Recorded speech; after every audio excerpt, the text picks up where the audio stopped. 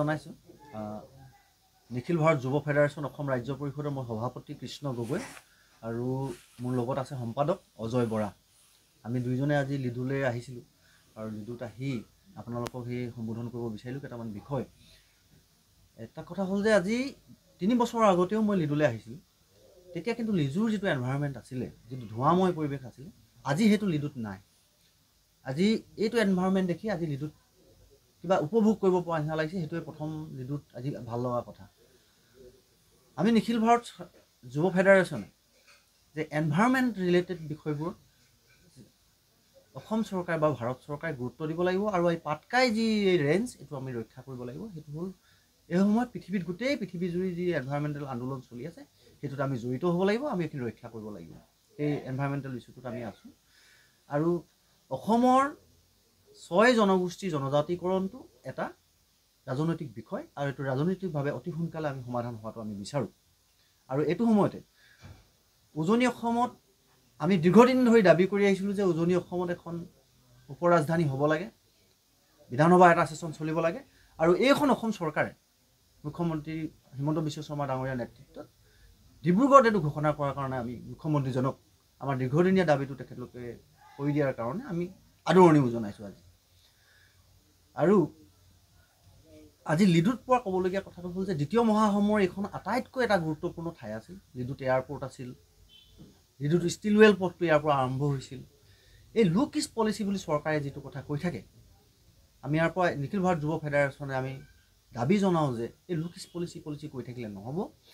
এই ৰাস্তা খোলাৰ ব্যৱস্থা কৰিব লাগে আৰু এই দেশকেইখনলৈ, দক্ষিণ পূব এছিয়াৰ দেশকেইখনৰ লগত আমাৰ বহি বাণিজ্যৰ সম্পৰ্ক ৰক্ষা কৰিব লাগে। তেতিয়া ভাৰতবৰ্ষৰ আমি এই অঞ্চলটো এটা ভিতৰুৱা অঞ্চল হৈ নাথাকে, ভাৰতবৰ্ষৰ এটা অতি গুৰুত্বপূৰ্ণ অঞ্চল হ'বলৈ আগবাঢ়িব।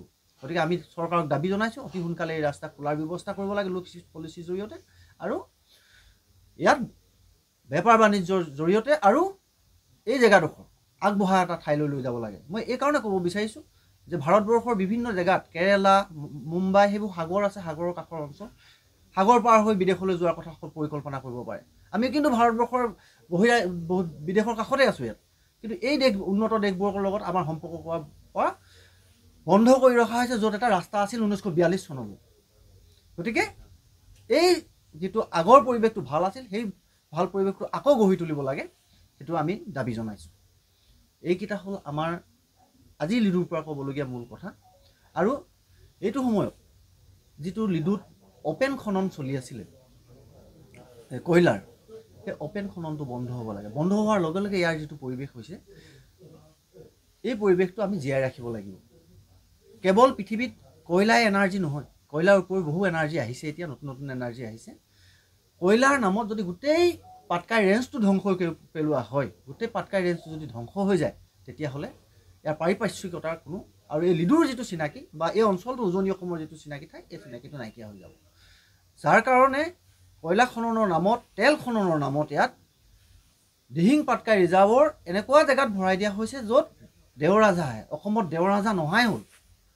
দেওৰাজাটো এনেকুৱা এটা প্ৰাণী যে মানুহৰ শব্দৰ পৰা বহু আঁতৰত সেই দেওৰাজাবিলাক থাকে। সেই দেওৰাজা আহিব য'ত পৰে, তাত অইল খনন কামটো চলাই আছে, তাত পাটকাই ৰিজাৰ্ভ ফৰেষ্টৰ পৰা আঁতৰাই দেখুওৱা হৈছে।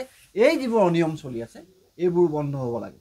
অসমৰ এটাই জেগা এতিয়া বাচি আছে উজনি অসমৰ এই অঞ্চলটো এতিয়াও পাৰিপাৰ্শ্বিকভাৱে আগবঢ়াই নিব পৰা বা সম্ভাৱনা থকা ঠাই। গতিকে ইয়াক আমি ৰক্ষা কৰিব লাগে, সেই আন্দোলনত সকলোৱে ব্ৰতী হ'ব লাগে, এই আহ্বান ৰাখিছোঁ। মোটামুটি ইমানখিনিয়ে কথা। ধন্যবাদ।